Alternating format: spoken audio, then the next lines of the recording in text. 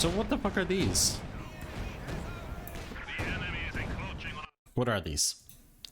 What do they do?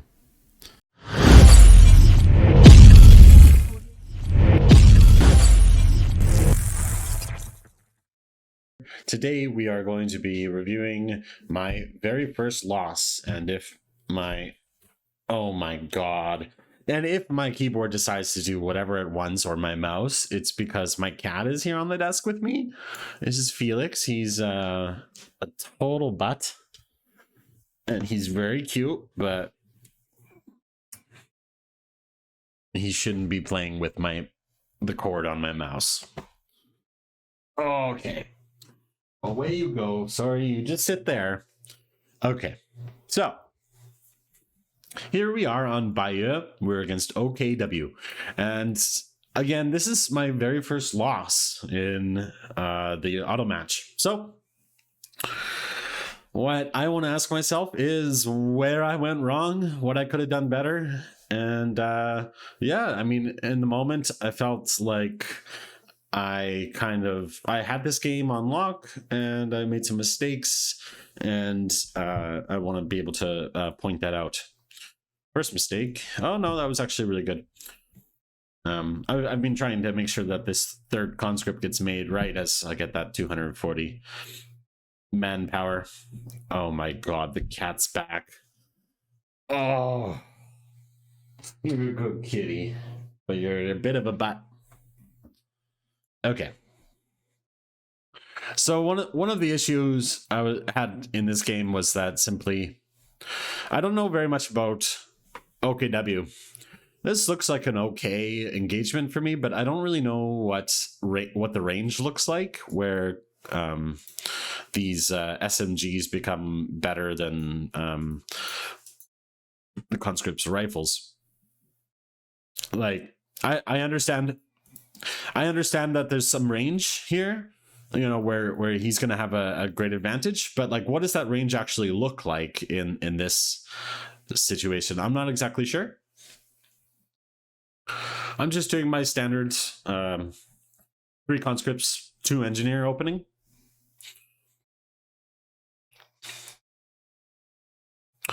And yeah, I'm just kind of getting chipped away at here in the early game. He's got this this cover. Definitely should have wired this off.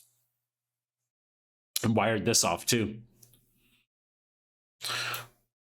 And my general strategy on this map was to try and secure this position, and then hold this victory point, fight over this victory point, and let him have this victory point. Let him have his fuel, his munitions, whereas this would be mine. The early split ends up going a little bit different, where he's coming down this way pretty heavy. I had some extra units up here. I suppose I could have had, if I wanted to stick with my plan, I could have had more units over here, just to prevent him from like getting an MG in a good spot or whatever and making it more difficult for myself. But I don't know if that's a good idea. He actually gets a Kubel here, and this is my first time seeing a Kubel. And he's got these sandbags now in this nice position. It's gonna be hard for me to dislodge him from this area. Though I do have my guys here. I have a idle conscript back here, not in the fight. Feel like maybe if I attacked all at once here, 1 conscript up here, 1 conscript through the middle, another conscript from the bottom, that would have just been much better. I would have bled way less. Would have been a much more decisive engagement. I mean, it's still a decent engagement, but I do lose some men.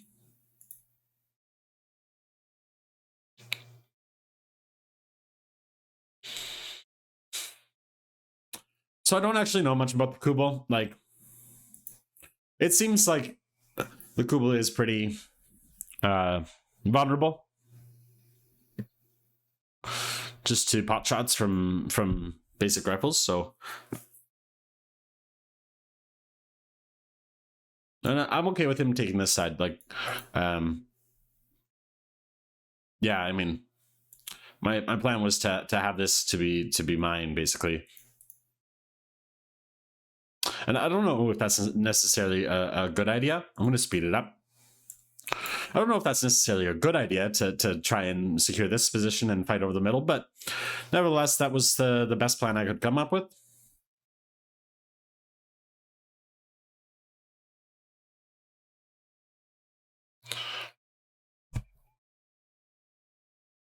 Yeah. I mean, this is a bad engagement. And now he gets his MG, and I believe, yeah, I made a. Let's see here. Yeah, I made a bit of an error. I built this really early. And this T70 here. I wanted to get that T70 out real quick, but go straight for a T70, no infantry or anything. But I found myself not quite timing out correctly with the fuel. So at this point, I might as well wait for the T70. But I actually lose an engineer here for nothing, and I don't know. It's not one of those things where I'm like, I remember being like, oh god, how could I have lost that? He was just sitting there trading blows, right? And no grenade or anything killed him. He just got shot to death. And I felt pretty bad about it at the time.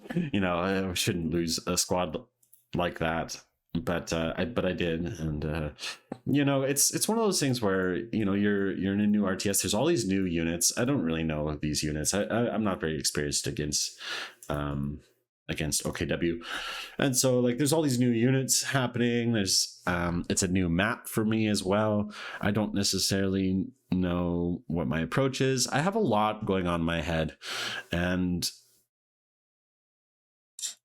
in RTS games there's something I guess I call headspace or headroom, where I'm a drummer, for instance, and when you practice drumming over and over again to play live performances, you do practice for stuff that's way above what you're actually playing. And the idea is that the stuff that you're doing in practice is so much more complicated than the stuff that you're playing live, that when you're playing live you have a lot of headroom, extra room in your brain to think about the stuff that you're doing and to put on a good show. And I think the same concept applies to RTS, where I don't have very much experience. This is me just trying to butt heads with a random ladder guy without very much experience. So there's all this stuff on my mind, and I'm not able to think clearly about stuff. And this leads to things like this. I think a lot of people, when they're learning a new RTS, they're like, "Oh, I screwed up the most basic thing, and now I know that I'm terrible at RTS games and I can never get good. Could never possibly climb the ladder." No, I think you just need to give yourself a bit of be patient with yourself, give yourself some grace, and don't worry about these kinds of mistakes so much, because we can take a step back. We can look at the overall flow of the game. We can build our knowledge of the game. Yeah, let's just continue. So at this point, I should be building the T70, and here it comes. But I mean, we've lost that engineer. I'm feeling a little bit anemic, I suppose. I would also like some guards, or maybe a mortar, or so then he builds. I'll turn off this real quick. So then he builds this guy, the infantry support gun, and I don't know very much about this. And throughout the game, I had a lot of difficulty with dealing with this. I didn't realize for a long time that this is a mortar. And I mean, I kind of realized because I saw all the indirect fire coming in at me, but I guess just this icon here, I had a hard time distinguishing from the anti-tank team weapon. icon. So there's plenty of moments where I'm pushing. I'm not sure what this is, and I think I'm also not very seasoned yet at dealing with indirect fire and how to cope with indirect fire. Really, it seems like it's a indirect fire in this game. Let's just unpause. Indirect fire in this game is something that's like, coming from other RTSs. You can usually see the things that are hitting you, and yes, you can see these through the fog of war once they hit your guys, but the range is crazy. My T70 is doing a great job here. I'm feeling much better after getting 2 wipes there.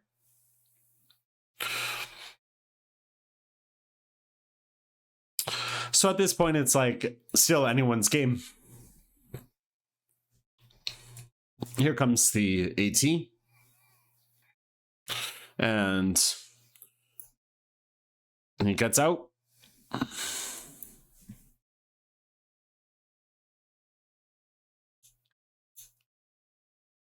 I was also able to get one of his machine guns.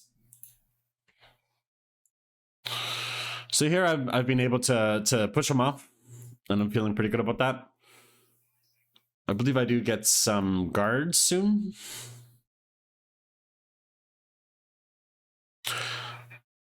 So I'm feeling pretty good about this, about the state of this game. I did this kind of like master cheat thing, and this is gonna let him come back in here and take this back. And this indirect fire stuff is really hard to deal with. Like this guy here, I just don't know what to do, really. I don't know how to oppose this, or how I should think about approaching it. It's in such a good spot. Look at this nice hard heavy cover. This is something I felt a little weird about this map. Like, okay, yeah, there's this cover, there's this cover here, that's great, there's cover there. It feels like this cover is much closer to the victory point than this cover. So I don't know, I felt that was a little weird, like just visually, it's seen. It might be just perspective or whatever, but it seems like this is much closer to the victory point. You can park this guy here. You could probably even park this guy back here and cover the entire victory point.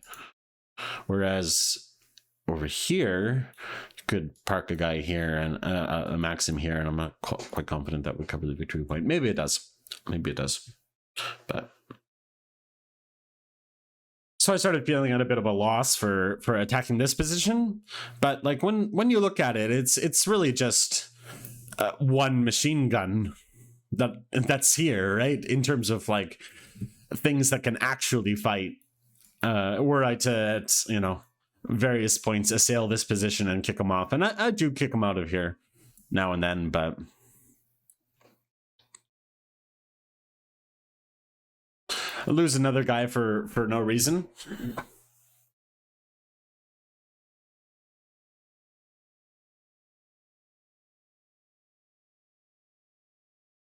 Here we got our Zis guns, and here we go. Like this mortar starts doing work on my team weapons, and I'm not exactly sure how to deal with this yet.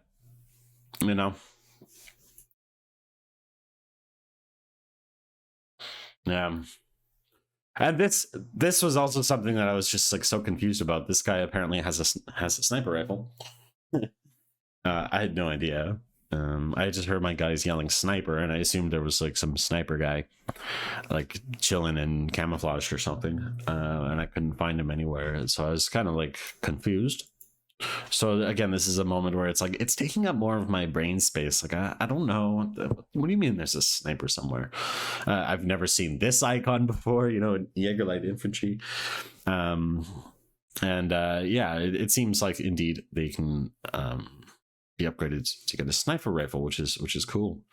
I assume it's only one dude in the squad that actually gets the sniper rifle, but I don't know.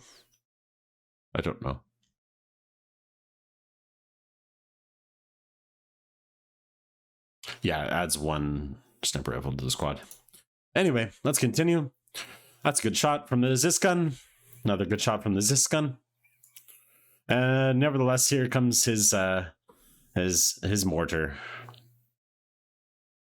And we merge into here to keep it up. If you were attack grounding this too a bunch more, like, you know, it'd be much more difficult for me. And this was a bit of an overextend, I'd say. That was definitely an overextend. Now look at this retreat path. I should never ever go for this, having discovered that is going to be the retreat path from this position. Holy cripe. Never bother with this. That's what I learned there. I think just with this position feeling from my perspective so solid, it never really felt achievable to take this, and yet indeed when we do look at this, it's like there's just a MG here, you know, that's all it is. So now we have the T-34 out. We lost our T-70 earlier, which was a mistake, but it is what it is. So I guess given that this victory point was feeling difficult to take, I was trying to approach where we were like taking some units up here every now and then and trying to cap this one. Yeah, and this is one of those things. We absolutely get shredded in that engagement thanks to the sitting in the incendiary grenade forever. And here we go. We're going to try and push them off. We're bringing our Ziskan up to do some of this artillery barrage, and it's super effective. Once we shove away his anti-tank, and here's another thing, and this comes back to bite me later. I don't know what's happening, but I think when I right click, I grab my tank and I right click on their tank. I think what happens is, you know, he'll take some pot shots, and then once this guy reverses, my tank will decide, okay, yeah, you told me you right clicked this tank, okay, sure, I'll go keep like trying to kill him. Whereas what I intended to do was, hey, you know, you're here, okay, you know, shoot him. Where I think basically, and don't move anywhere. But so I think what I need to do is maybe make sure I hit prioritize vehicles and just make him chill out here.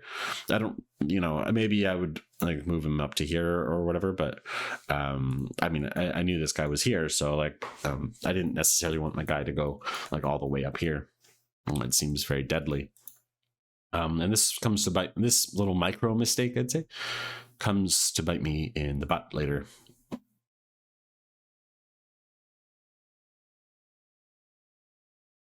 And I'm feeling pretty good, but the thing is, like, I'm very injured at this point, so I feel like I'm just required to mass retreat.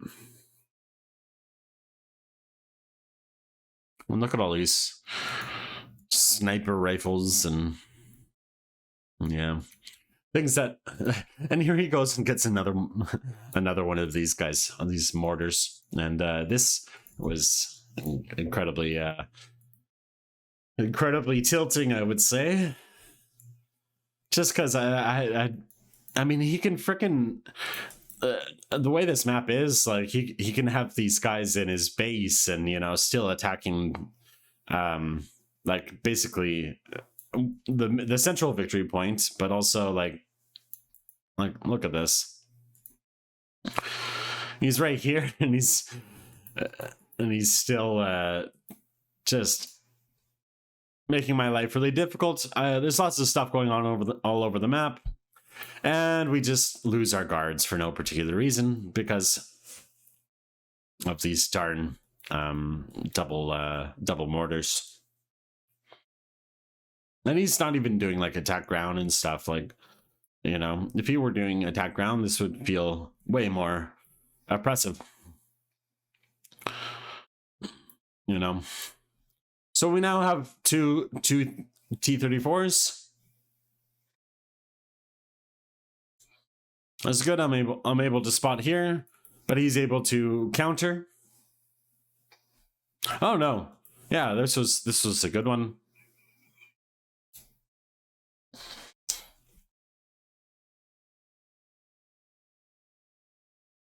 Here I'm actually trying to barrage it again to kill it, but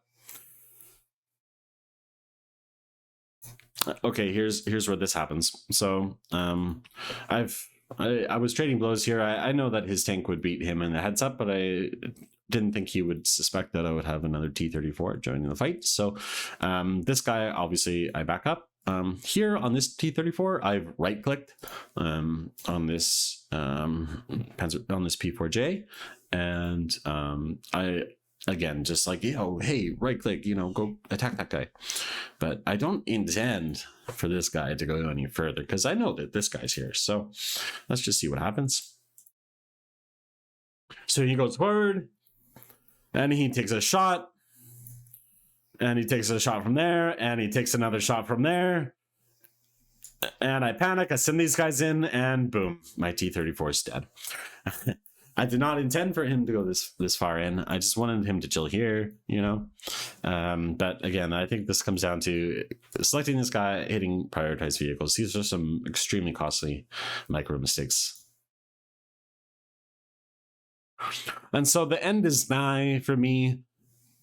I've had difficulty controlling the points. But looking at it, like, it's still anyone's game. It's really honestly still anyone's game. He has very weak position. Nevertheless, I keep committing resources over here. I have this guy here, but he's going to be able to shell that. I have all my guys here. But here we go.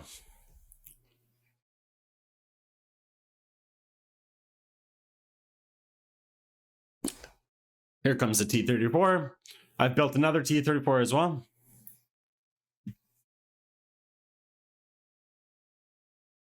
So I'm feeling pretty good right now. He's got his double mortar, of course, however. And here they come.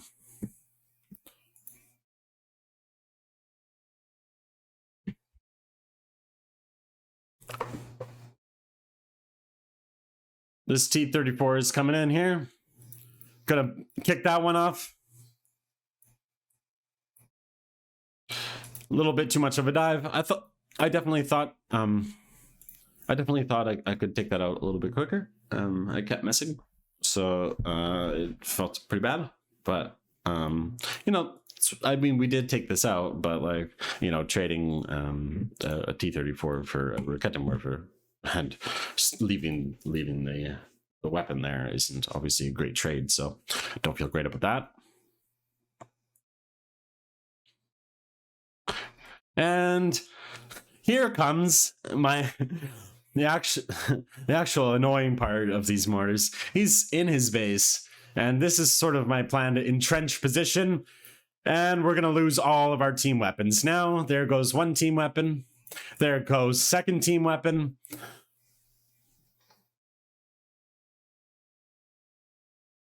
There goes third team weapon. He managed to yank the Siskin. And at this point, look at this all of a sudden. He's snagged my Ziskan. I have just my original units left, pretty much. He's killed my MG. He's killed both my ATs. My guards got sniped earlier, and he just has a real army. So this was sort of, and again, it comes down to these freaking mortars and me not really respecting them enough to back off a little bit. I definitely should have had the front line a bit further back. This would have been a little bit easier. Maybe just have an MG here as well, but Yeah.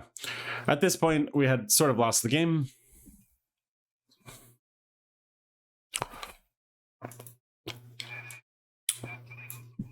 You know, we're just so it's 40 pop versus 80 pop.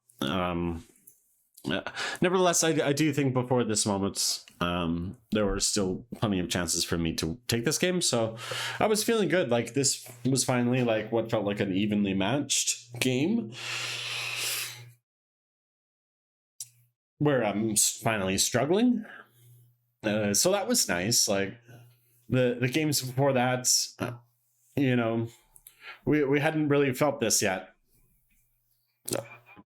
of getting this far into a match, and neither of us able to quite kill each other, but keeping the game going. Fighting. He could probably kill me now straight up, but he's playing it cautious, which is probably smart. I mean, I have 36 victory points left, so yeah. And then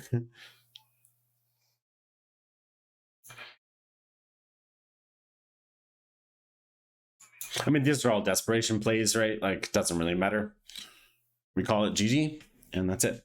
So this was, I think I played, I didn't play absolutely horrible, but like, I made undoubtedly a lot of mistakes, and not having a response to these, or like not changing my game plan, I guess, to these mortars was pretty costly, I suppose. Like, in theory, he has these guys, these mortar guys, and he spent like a decent amount of manpower on them. I don't even know what building they come from. Like 270 manpower. That's not too bad, actually.